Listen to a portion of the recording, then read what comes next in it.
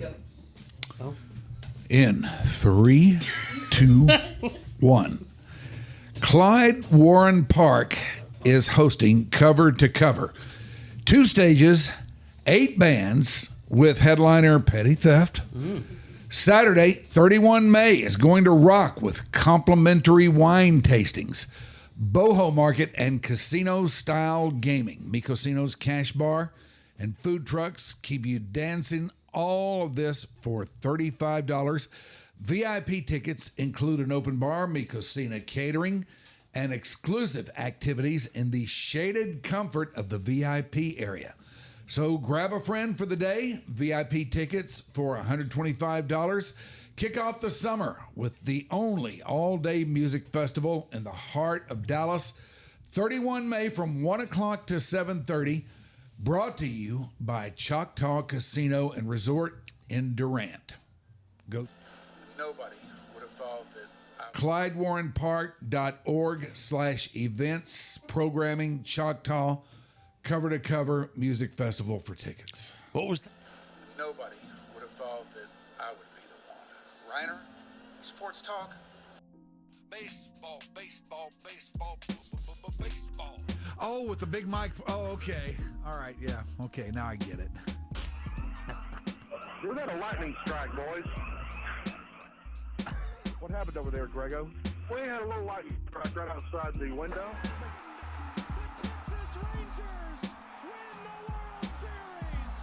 All right. Here's a tip for all these Americano League teams. Don't. Wait, you said tip. Yeah, tip. Okay. With a P. Keep jamming. The ticket, colon, nothing but a big Gen X jerk-off session. Is this a cool night or what? Although somebody would hear that and go, bullshit. I'm back, bitches.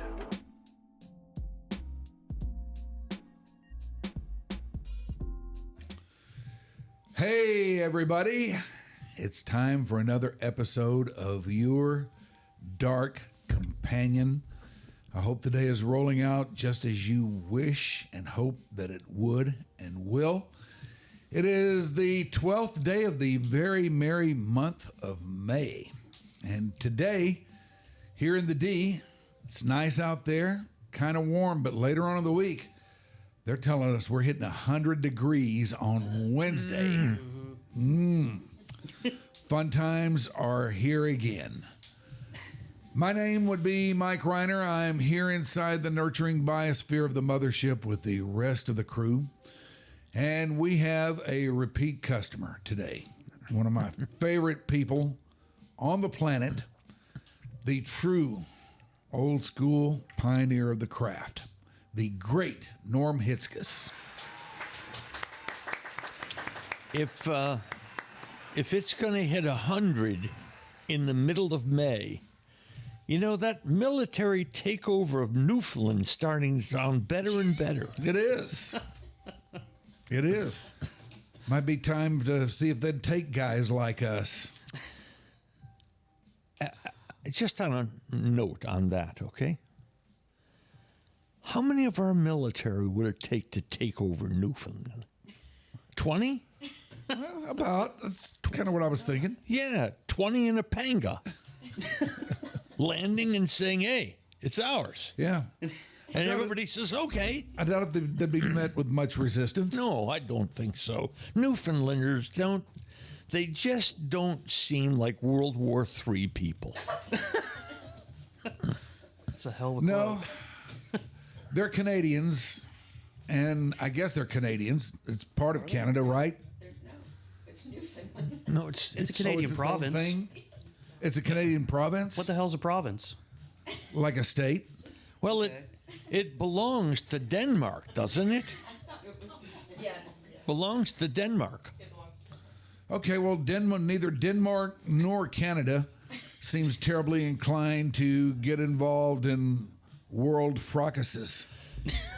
Mike, if we gave all the people in the United States a world map that had none of the countries identified, how many Americans could pick out Denmark? I could because I was good in geography. That was one of my strong classes. Careful, I may ask about that. Uh-oh. Y'all, Okay, Norm used to be a teacher. I stand ready. I asked some kids the other day what the capital of Iowa was, or I said I went to Des Moines, and they asked me what country it was. So I think they can't find Denmark. But I can. Yeah, we're not talking about them. We're talking about me. Ooh. Well, here is Norm in here for his second swim through YDC. Thank you. It's always great to see you. Well, I'm trying to bring a little light into your dark companion. You do a damn good job of it, too. All right, buddy. So, we are both now out of the daily radio grind and have been for some time now. Uh-huh. Do you miss it? Yes. Yes, I do. I do miss it. When you're in the action that long, it's hard to be out of the arena. It just, you get so used to it. Your life flow revolves around it. Yeah. And revolves around it for not 5 years or 10 years or 15 years or 20 years. It's your life, for heaven's sakes. You know, first time I did a radio sports talk show in Dallas, Texas, I was, hang on here. I was 30. And I'm now a little more than a month away from being 81. Yeah. That's a minute. Hey, I'm talking to you who turned gray on radio. Oh, I know. I did. Not only did I turn gray, I took it and ran with it. Yes. Yeah. Yeah. By the way, if we go to Clyde Warren Park, will we get to hear Free Fallin' from Betty Theft? You bet. All right. You absolutely will. Do you still enjoy being out of it, or do you still crave it, or how's it sitting with you these days? I'm lucky because I still get a taste of it. I mean, just like you, I have a podcast also. Yeah. So you get a taste of it that way. But the station has asked me to continue doing the NFL draft, which I just cherish that. And they continue to ask me to do the Normathon, which means I get to do a couple of weeks on the air in December when everybody above minimum wage is on vacation. Yeah. Okay? I mean, December, it's like somebody said, bail, and everybody at the station bailed. But it sets up the Normathon, and then I get to do that for the Austin Street Center for the homeless. So you still dip a little pinky in there every Yeah. now and then. Yeah. That's good. Does anything ever happen in sports that makes you go, man, I wish I was on the air today? Oh, God. Name it. I mean, name it. The Luka trade. The fact that 9 Rangers are not hitting their IQ. Everything. The Cowboy preparation for the draft and the draft picks and Cowboys last season, which was dreadful. And it's just one thing after another. For instance, we're right in the middle of hockey playoffs right now. Yeah. Jim Nill, who I believe is the best general manager in this city. I would concur. He's a man that works in his sleep. He seems to be passed out in his office with his feet up. And then he goes and acquires a superstar. Yeah. Like Yeah. Miko Rantanen, the best player traded at the trading deadline, winds up in Dallas, where we thought we had more than enough goal scorers. Well, we were wrong. This guy can score goals. Yeah. Well, in that game, you can't have enough goal scorers anyway. But Nill, he keeps doing it. He made a couple of other additions this year to fortify things. And he got this guy Petrovic. And He played 5 games in the regular season, Mike. 5. Yeah. That won't even get you your wristband to go get the buffet after practice. But now he's played every postseason game, and he's good. Yeah, he's part of the rotation. But Nil keeps doing it year after year after year, and they're close. And this team's got a real chance to win the Stanley Cup. A real chance. I've kind of waxed and waned over the course of the season on it because at the start, probably for about the first third of the season, that's what I thought. But then they hit a little bit of just a slight lull. I mean, they never got really bad or anything like that, but things tailed off a little bit. And, you know, the difference was noticeable even for a hockey idiot like me. And I thought, well, you know, they'll definitely be a tournament team, but I don't know if they got a real chance to win the Stanley Cup. But in that way that all good teams do, toward the end, as the playoffs neared, they got their game back together again. And they went into the playoffs with a little bit of momentum that hadn't been there for that middle part of the season. Well, that time where they were flattening, they'd lost Tyler Seguin. Yeah. They'd lost Marchment, who's a really good player. They'd lost Heiskanen, who's one of the best defenders in the NFL. Well, now Seguin's back. Now Marchment's back. Now they've added Rantanen. They added 2 more guys at the trade deadline, and they're about to get Heiskanen back. Mike, I'll sit here and tell you, the next time we do this a few months down the road, we'll be talking about the Stars winning the Stanley Cup. I hope you're right. I hope you're right. And now I can see it. Now I can definitely see it. But getting back to Jim Nill, boy, the crazy thing about Jim Nill, as far as general managers around here go, is not only does he not seem interested in any kind of attention, he actually seems to run from it. He's such a quiet man. Yeah, he is. He's such a religious man.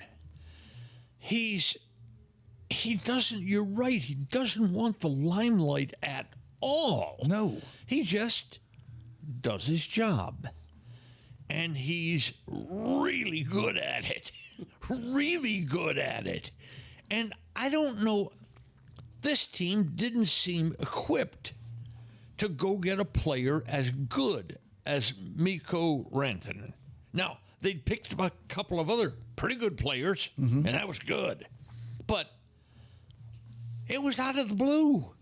Yeah. Boom. They had added one of the finest goal scorers in the NHL. And you know, that's the way the best general managers work, is out of the blue. And traded him away from Colorado, a team they were going to have to beat in the playoffs, and did beat in the playoffs because Rantanen went crazy in Game 3 or Game 7. He had a playoff game like few others the Stars have had. Well, in the game Sunday against Winnipeg, the Stars had the gall of scoring a goal that Rantanen wasn't part of. He was on the ice now, but he did not get the assists on the goal. And it broke a streak of 13 straight Stars goals in the playoffs that Rantanen either scored or assisted on. That's nuts. That's nuts. It is. It is. How hard is it for you to keep up with sports these days? I mean, are you just, even though you're not in the game, are you still in that same groove of doing the things you used to do to keep up with it? Well, Mary will tell you that one of the important things she does in the morning is walk our little troublemaker dog Hazel along with our wonderful, quiet, loving dog Coco, and along the way grab the morning paper because Norm still devours the sports page. And then I looked to the ESPN website, not to the commentators on the ESPN website, to the news area where they actually just give you news. Yeah. And we don't get somebody wailing away on the Cowboys or what they did last, or some of the stuff is crazy. I'll tell you the latest crazy for me. Okay. Okay. The Kentucky Derby gets run, and the horse Sovereignty rolls in the stretch and wins the race. And just a couple of days later, its trainer, Bill Knott.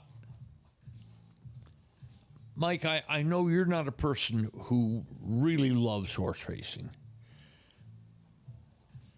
There may not be 5 better trainers in the world than Bill Knott. 4 times he's won the Eclipse Award for best trainer in the country. Mm-hmm. Inducted in the Hall of Fame at 45 years old. The youngest trainer ever inducted in the horse racing's Hall of Fame. Well, he and the owner of the horse, Godolphin, announced he'll be skipping the Preakness.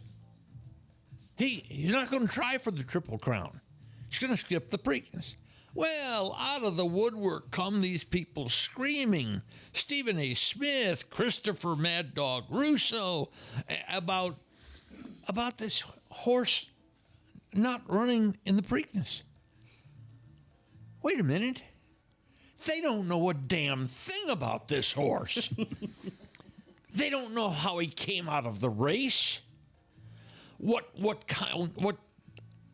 the trainer and the owners have learned about the horse, how much space the horse needs between races. Yeah. They don't know any of that.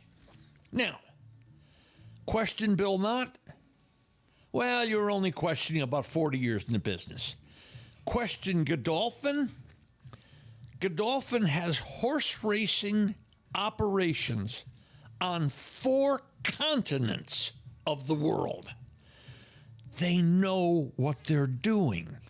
Mike, the complaint should have been about horse racing. The Preakness and the Belmont are too close together. It's hard to come out of a race as difficult as the Derby and get your horse cranked up for the Preakness 2 weeks later. You know, that's one thing about it that has always seemed odd to me, that they are that close together. These are the biggest races in the sport. Yep.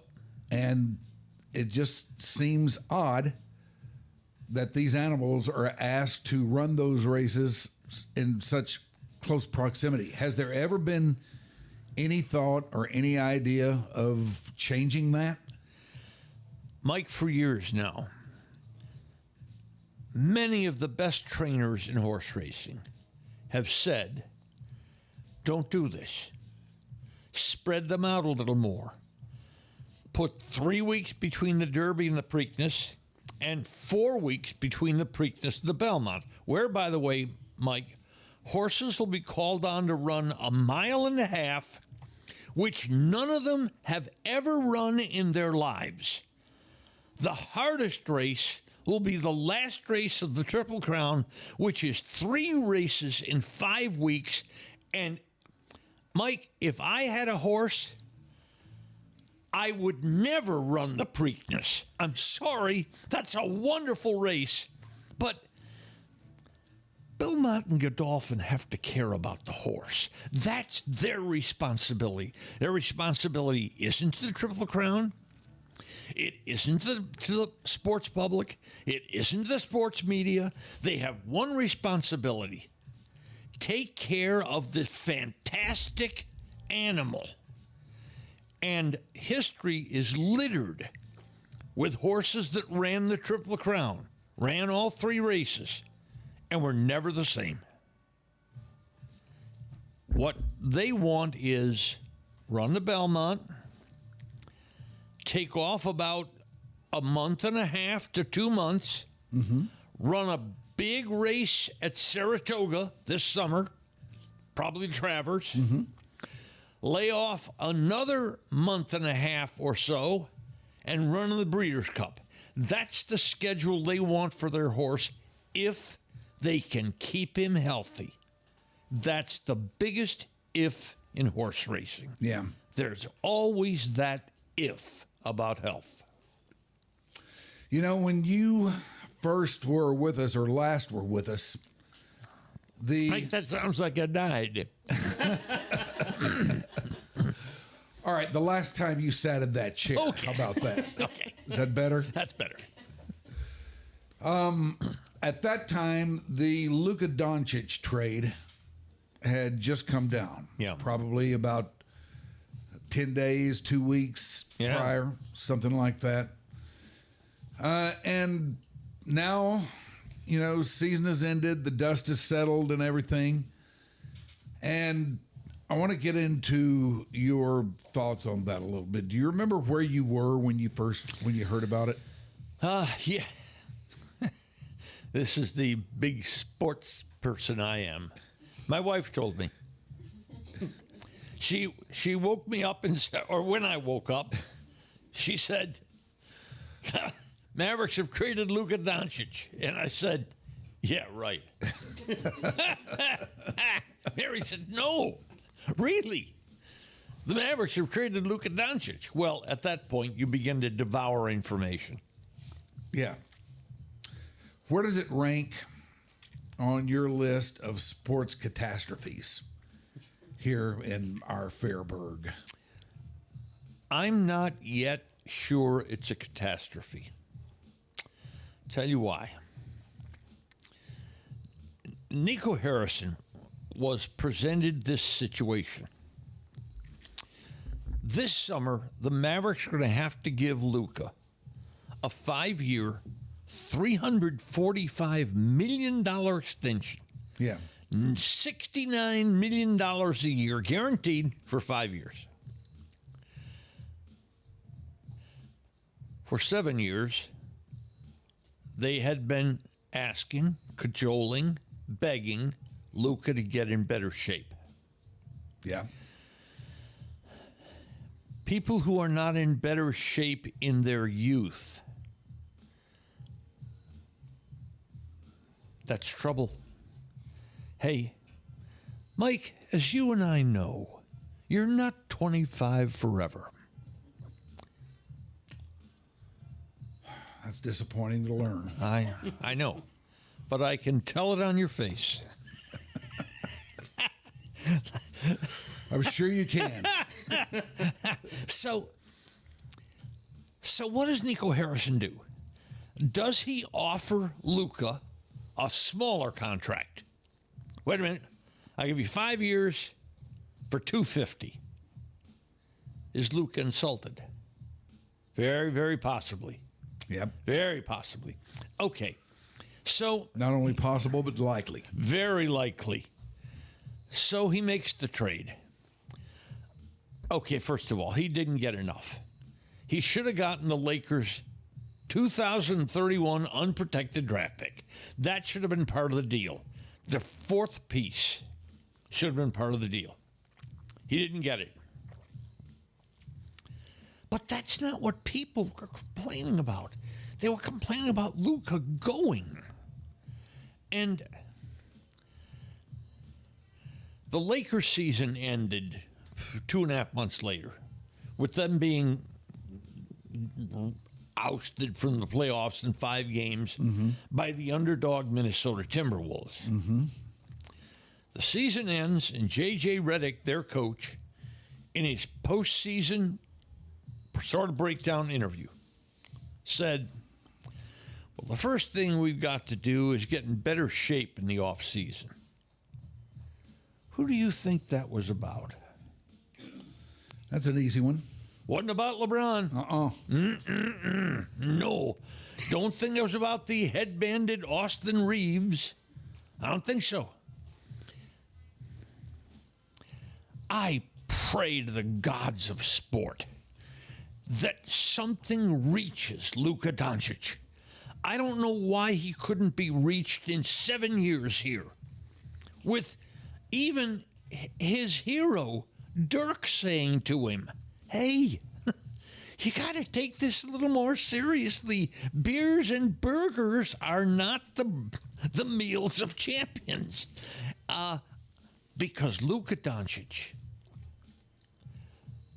we know he's spectacular now.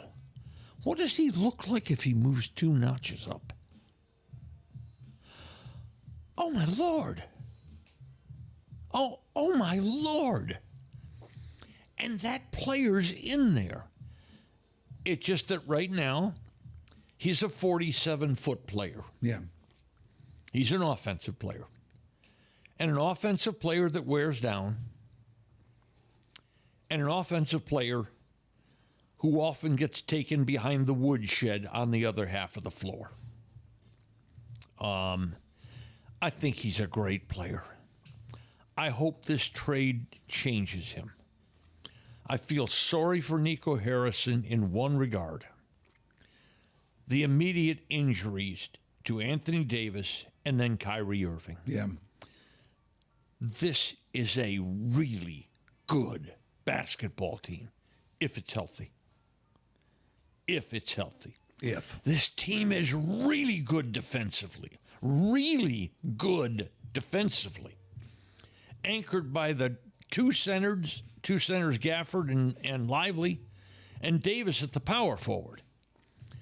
The kid Max Christie that got in the deal, he is a dude on defense. He gets right in your jockstrap and stays there. This is a good basketball team, but I'm not begging anybody for Nico Harrison. He made the deal. He lives with it. That's what good general managers do. Chris Young, who's a good general manager, he looks at his team and he says, we need another right-handed bat. And he goes and gets Jake Berger. Jake Berger can't hit his way out of an elevator. He gets Jock Peterson. Jock Peterson's recent hot streak has taken him from not hitting his IQ to probably hitting just about his IQ. I think I'd have to really go back through and take a look at this, but I think that he is the lowest batting average I've ever seen for this stage of the season for a guy who's had as many at bats as he had last week. He was below 100. He was hitting 94, Mike. Yeah, 94. Ouch. You ever seen that before? Never. I've never seen a person a month and a half into the season. Well, I have seen them. Spares, things like that. Yeah. This is no spare. No, this is a guy that they acquired with purpose. To hit cleanup. Yeah. But it happens. It happens to good general managers. And I thought it was obscene that Nico Harrison couldn't sit in his seats at games because he'd gotten death threats. That's obscene. Yeah. It's a freaking basketball trade, you all. It's not the end of the world. In fact, it's not even the invasion of Newfoundland. That's a callback. It's okay. You sent away a hero. It's Newfoundland Day here on YBC. Right.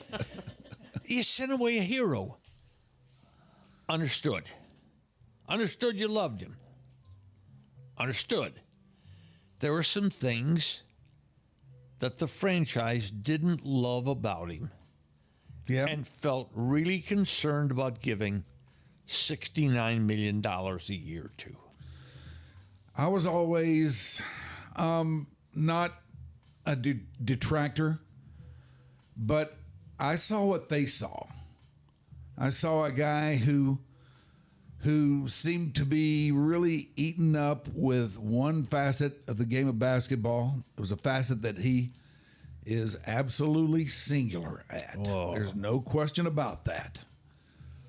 But as far as being a well-rounded player, I don't know if we would ever see or if anybody else is ever going to see that out of him. Well, Mike, it's what we all see, and we're all guilty of it. We see 47 feet of the floor. We don't anticipate the kind of players that on the other end of the floor make life an almighty hell for the other team. Yeah. The Knicks have two of them right now, Bridges and a newbie. Yeah. Oh, my God, they're good defensively. But you're trying to put together a team. This may never work. This may never work for Nico Harrison. He may go down in history. In fact, he may go down in history pretty soon. This team better win this season, or I think Nico may get fired. And this trade will be the reason for it. But we may never see the team Nico Harrison thought he had built. It's going to be 2 months into the season before Kyrie Irving plays. Yeah. And Anthony Davis, he just pray this summer that the stomach muscles heal and that he's the player, because Anthony Davis is a player, dude. But we may never see it. But that's the chance you take when you make moves. Yeah. I know you can imagine, or you remember how things were back just a few years ago and what the Mavericks would have done to get a guy like Anthony Davis. He's a breathtaking player. The problem was Anthony Davis spent time in New Orleans. That's about as messed up a franchise as there is in the NBA.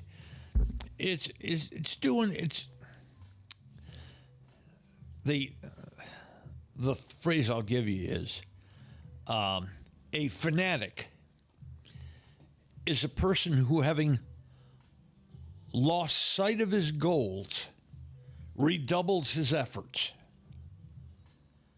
They just worked harder and harder and harder and didn't know what they were working toward. Yeah. I mean, and speaking of conditioning, Zion Williamson, he's always hurt. Yeah. And he's always heavy. Last thing about Doncic. In his 7 years in the league so far, do people realize he's missed 18 games a season? No, they don't. And those are in his children years. And I've nothing against Luka. I was so entertained by him for all these years. I wish they'd have won a championship with him. Yeah, I do too. I never thought he was going to stay here, but I didn't think that it would come down the way it did. I thought he would get mad because they didn't put enough around him or didn't put the right guys around him, the guys he wanted or anything like that, and leaving free agency when that rolled around. But I didn't think it would be like this. All right, I got one more aspect of this that I want to get into with you. But right now, it's time for the always exciting mid-roll read. That's right, kids. This Thursday, the 15th of May, Ziggy will be hanging in the lazy river at Ryder's Field up in Frisco. Go to Ryder. Oh, my gosh, here's another one of these. Just go to ridersbaseball.com/specials and use code Let's Ride 25 to access your ticket. It is preloaded with $6 toward your first Thirsty Thursday drink, or use it concessions. Join us for a drink in the Bull Moose Saloon as the game begins. And then you can spot us in the lazy river, or you can spot Shoopy in the lazy river. Or maybe we'll be in the stands. Maybe we'll just be working the room. That's every Thursday home game. Thirsty Thursdays. Quench your thirst on Thirsty Thursdays with YDC in the Sunset Lounge and the Frisco Rough Riders. Got one more.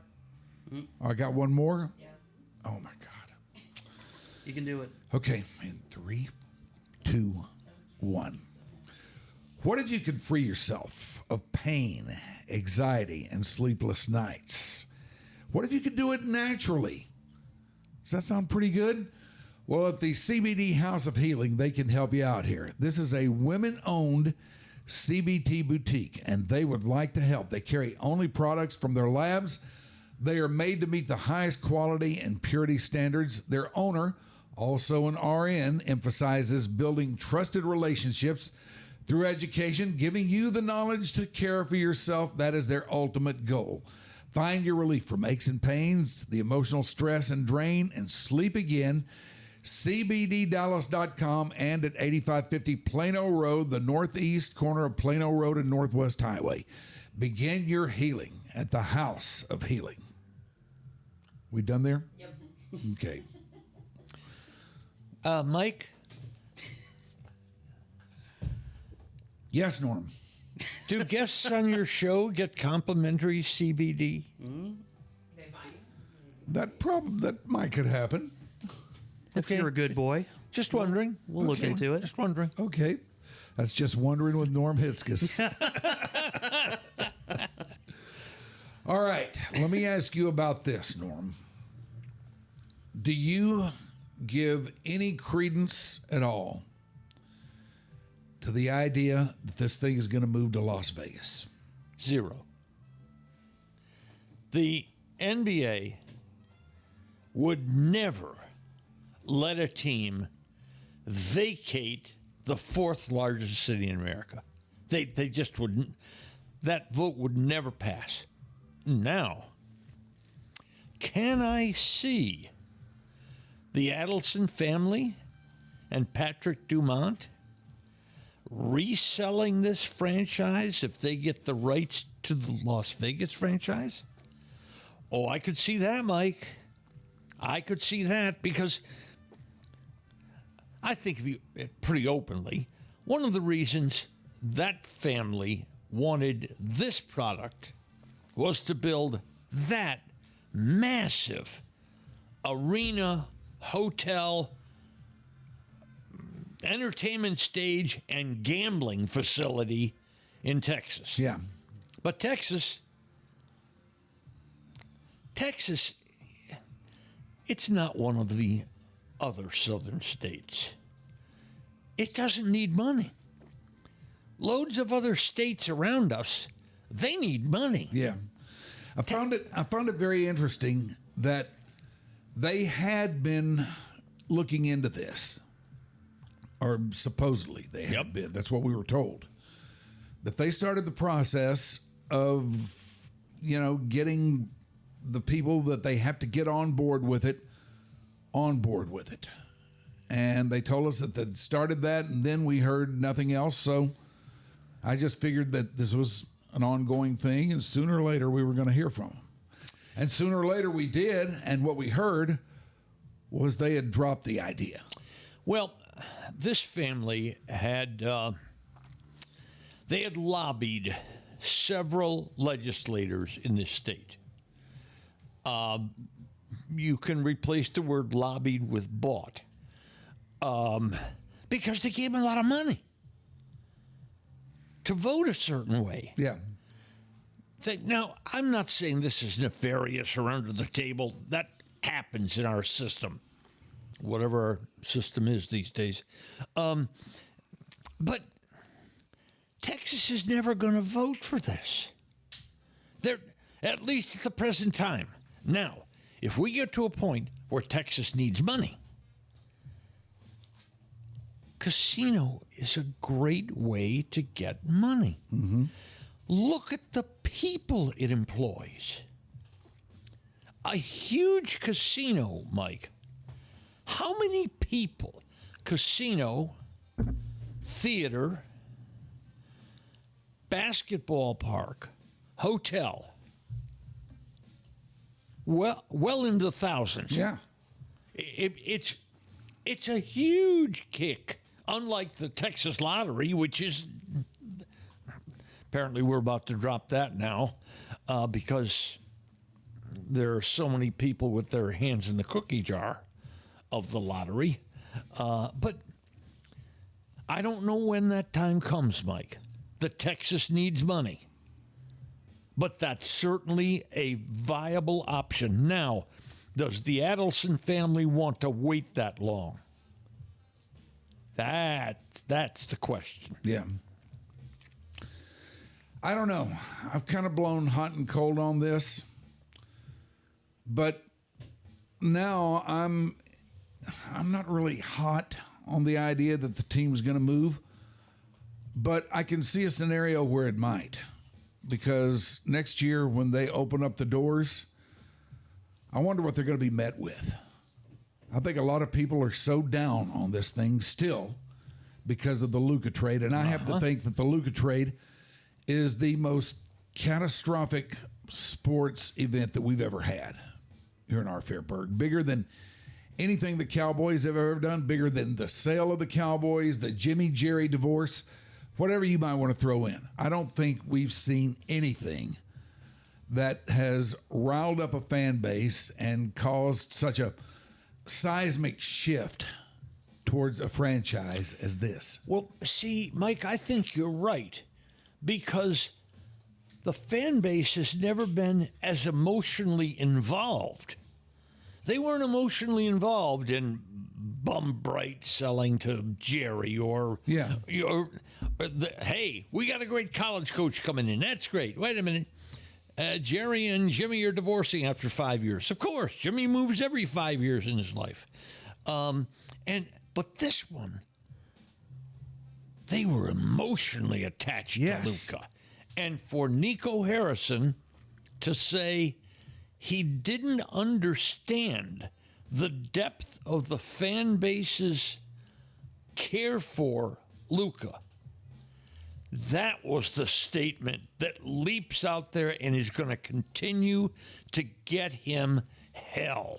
That might be the most, there's no might to it. When it comes to this story, there's no might. There's just is. That is the most head up your ass statement that I've ever heard any sports person, especially around here, make. I agree. And Nico never went back to his seats this season. And the saddest picture of the last several months for me in sports was Luka returns to the arena. And he gets this gigantic kiss from 20,000 people.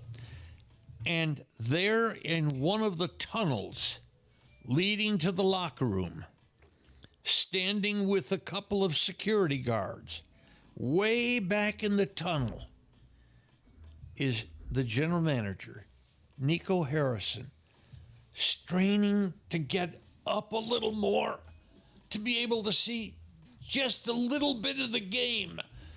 That was such a sad picture. But you know why? Security, Mike. Yeah. Security realizes there are people that crazy, angry, passionate. Yeah. And they feel betrayed, man. The fans feel betrayed by this. And that's the sadness of the injuries of the Mavericks. Because had they seen this team healthy and playing, I think they very well might have said, hey, wait a minute. We still love Luka, but this team's pretty interesting. Yeah, they might have said that, but I don't think that would have overtaken the whole Luka thing. Oh, no. But the balance, which right now is like this, it might have come to like this. It might have calmed a lot of those people you were talking about who may say, how the hell with these season tickets? And by the way, Mike, can we talk about another screw up? Go ahead. Announcing the ticket price increase just a couple of weeks after the trade. Oh, yeah. What fine form that was. That's brain dead. That's brain dead.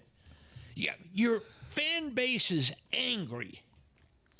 And you say to them, you have pissed them off beyond repair. Royally. And you say to them, give me more money. Yeah, by the way, next year your season tickets are going up to watch a product that's probably not going to be anywhere near what it would have been. We have our disagreements there. I think if healthy, this Mavericks team is a serious contender. Serious. Because they play defense. They can play defense. And hey, I don't know what would have happened with the Mavericks going forward with Luka. I don't. Because they were already getting hurt this year. And God knows what the next 5 years will look like. Yeah. No, I don't either, but still, he was what the fans wanted to see. You bet. I mean, I think they cared about seeing him more than they really did winning. And that fans love numbers. They love numbers. They love homers and touchdowns and baskets. Yeah. And assists and goals. They love numbers. They don't want to be told, listen, this kid Thomas Harley, who's a defender with the Stars, is a hellacious player. They want to say, how many goals did he score? Can he score like Miko? Wait a minute. We just lost the god of basketball in Luka. Are you telling me this team's better? More entertaining? That's how furious they were. And then the ticket price increase hits. Yeah. Good Lord. And then Nico's statement about not understanding how much the fans cared. This has not been a public relations upward arrow, Mike. No, it hasn't been. Whatever they can do to shoot themselves in the foot, they have done it. It reminds me of the baseball strike in the middle 90s. Yeah. Cancel the World Series. And I had Tom Schieffer on my talk show. I was then at KLIF in the mornings. And Tom came on because I was doing Ranger games. And I asked him about the anger of the fans. And he said, well, I think they'll get over it. And I said, well, what do you intend to do to help them get over it here, to make them a happier fan base here? And he said, we're going to offer them half-price tickets to 2 preseason exhibition games. And I said, Tom, that's not going to get it done. And he said, and this was the banner headline in the morning news the next day, well, they're just going to have to get over it. Oh,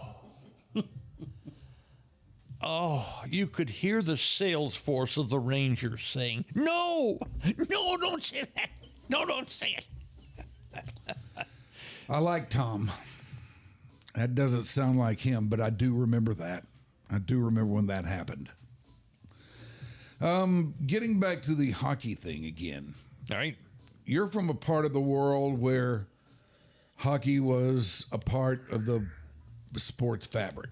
All the time. Hockey night in Canada was Saturday night, and we would sit and watch Foster and Bill Hewitt call the games on hockey night in Canada every Friday night. And that's when there were, if you can imagine this, Mike, there were 6 teams in the league, and they each played each other 14 times in a season. By about meeting number 9, there were so many pissed off players on each side that fights started almost at a moment's notice. And because you get tired of smelling their aftershave. You don't want to play them 14 times in a season. Can you imagine if the Eagles and Cowboys met 6 times this year in the NFL? I can't imagine it, but I'd like to see it. I really 6 pretty good games. But yeah, anyway, yes, back to hockey, yes. I grew up with it. Yes. Are you surprised with the way people around here have taken to it? Because, I mean, I was at the game a couple nights ago, and as I looked around, I saw very few day trippers anymore. I mean, we've got fans here now. We got fans who know this game, understand this game, and are just everything you would want a good fan of a sport to be. They are. That arena's packed with passionate fans. They are hockey fans. Now, when Norm Green moved that team here, the question was, will Southern cities support hockey? Yeah. This city, now, you don't have to have a huge fan base. You don't have to have the Cowboys fan base to pack the AAC. But the people who are in there, they're not there for the $10 beers. No. Well, That helps. take that back. Several of them may be there for the $10 beers. And it does help. Yes, it's lubrication. But you're right. This is a passionate fan base. And it's a good fan base, too. Yeah, it's not an ugly. Some teams have really passionate fan bases, but they can be ugly fan base. Yeah. Not here. No. The fans here seem to now know what they're looking at, know what is supposed to happen when it doesn't happen. They can tell you why it didn't happen and where that leaves things. The other night, this is back a few games in the playoffs. It was the Colorado series to begin with. They kept showing the scene of the Colorado coach, and he's behind the bench, and behind him, the first few rows of the fans. And there's a guy sitting there with a black T-shirt that says, "Please fire Nico." Oh, that's the last thing he needs to see. The hockey fans are after him. Hey, everybody's after him these days. Yeah, he is. He's a marked man. What are you writing over there, Shoopy? Oh, screw it. If you wanted to talk either the draft or the George Pickens trade. I know Norm was really getting into both of those. All right, let's get into both of those things because we're skirting the idea of both. Where do you want to go first, Pickens or draft? Well, since the draft happened first, let's go there. Okay. If the Cowboys had gotten a wide receiver they truly liked in the first round, they'd have never made the Pickens trade. Never. But Tataroa McMillan went off the board before the Cowboys picked.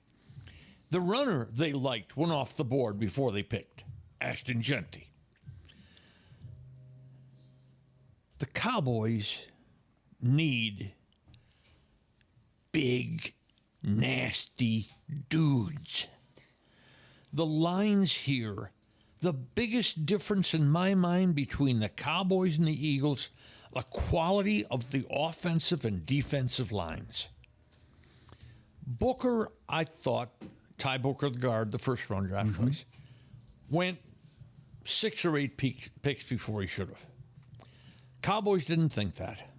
Once Genty went off the board and McMillan went off the board, Booker was the player for them. Booker's a big old, he's a terrific young guy, but he's a big old nasty brawler that plays guard. Yeah. We need one of those. We just lost one. Just lost one in Zach Martin. And then they took a defensive end in round 2. Yes! Some more line work. And this guy can rush the passer. Now, you say, do we really need that? Sam Williams' contract is up after this year. Dante Fowler signed a 1-year contract. Yes, we need defensive ends. The third choice was the cornerback, Ravel, from East Carolina. Mike, I had all 3 of those players in the top 40 on my draft board. That is a draft. I never thought Ravel would fall to them. Yeah. But he had some injury concerns. This guy's a player. To get him in the 3rd round. After that, they didn't have a fourth round. And Mike, honestly, I'm not qualified to say, well, this was a great sixth rounder. That's a terrible seventh rounder. I don't know those guys. I don't know if the combination of Blue and Muffa that they drafted, 2 running backs, is going to fill their need at running back. There is a guy I want you to watch. Drafted in the 7th round. A guy named Toia from UCLA. He's about that wide, okay, and he's about that tall. He's a human fire hydrant. He's actually pretty tall, but he's a human fire and he doesn't play 3 downs. You're never going to see him in the game where it's a pass rushing situation. Yeah. But his sole job is the snap of the ball to plug a hole about that wide in the defense. You can run the ball other places if you want to try. You ain't running it here. And that's what they've so desperately missed because they missed on Mozzie Smith, a first-round draft choice 2 years ago. Mozzie Smith should be on the bench. He should be actually fighting to keep his place on the roster. Do you think he is this year? Not this year, maybe, but Mozzie better start showing something. Last year, Pro Football Focus, a pretty respected organization, at the end of the year, they rank all the players. They rank all the running backs. They rank all the wide receivers and so on. And you have to play a certain number of plays to qualify for their rankings. Mm-hmm. There were 126 defensive tackles who had enough plays to be rated by Pro Football Focus. 126. Mozzie was number 125. I'm sorry. I've never met him. He may be a very nice man. That's not sustainable. He's got to lose his job. And by the way, the first-round draft choice of last year, Tyler Guyton, if he doesn't pick up the pace, he's got to lose his job too. Did you think that was a good draft pick? Because I did at the time. Guyton? Yeah. 2 things worried me. Number 1, he only started 14 games in college. That's not much experience. No. And he started them at right tackle, not left. Well, but he did so because they had a left-handed quarterback, and that was his blind side, the right tackle. But the other thing that worried me was, in his final year there, they're a championship contender, and he gets hurt. And it isn't a bad injury. He's out, 2-3 weeks. And when he's healthy, they don't immediately give him his job back. That sends up an antenna for me. He was the 2nd most penalized offensive lineman in the league last year. He rated way down the rankings of Pro Football Focus. Mike, I'm a doofus in football, okay? But I have the pleasure of having done 40 drafts as a doofus. Tyler Guyton should be a guard. He should be a guard. Inside, he doesn't have to worry about guys going around his edge. Yeah. Okay. Inside, he can be what Tyler Booker is, a mauler. But that would require the Cowboys to move Tyler Smith outside the tackle, which is the position he was drafted for, but they apparently don't want to do that. Why? I don't know. I don't know. What I hear from that coming out of the Star is, hey, he's turned into an all-star guard, and we should keep him there.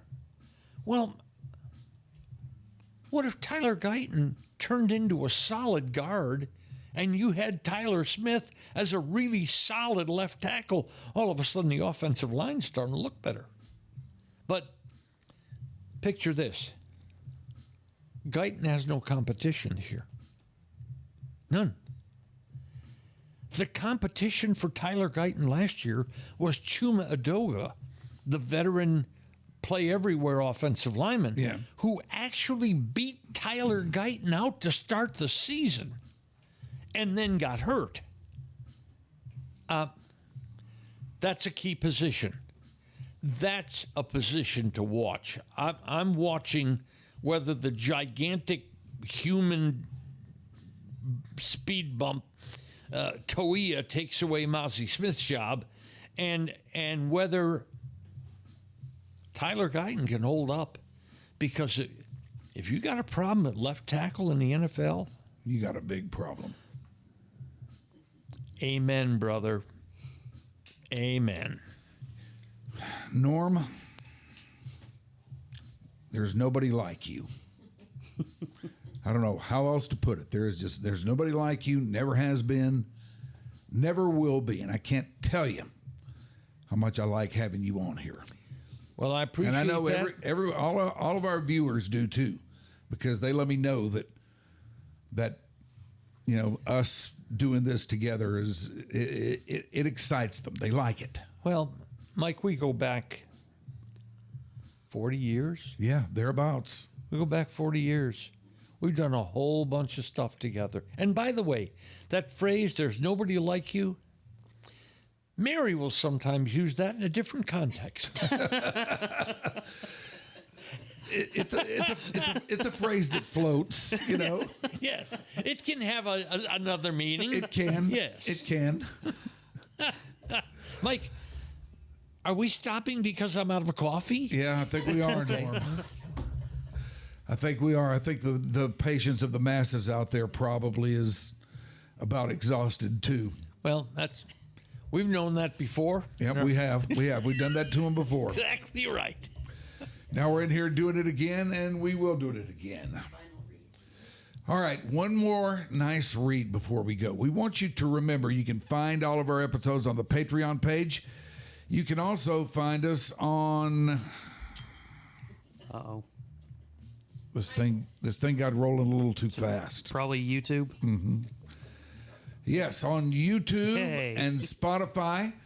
You can listen, follow, and share us on your social media. That means everything to those of us who swim in the waters of the podcast.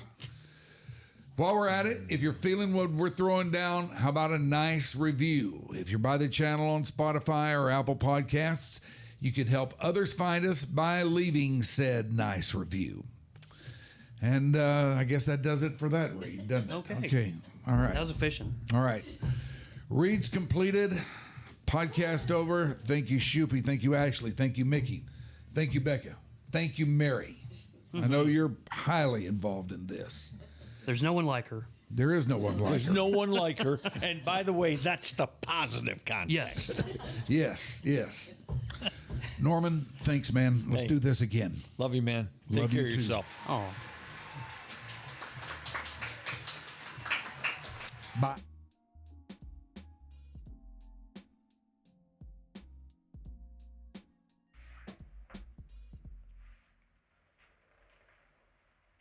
All right. I'm gonna go take my pants off.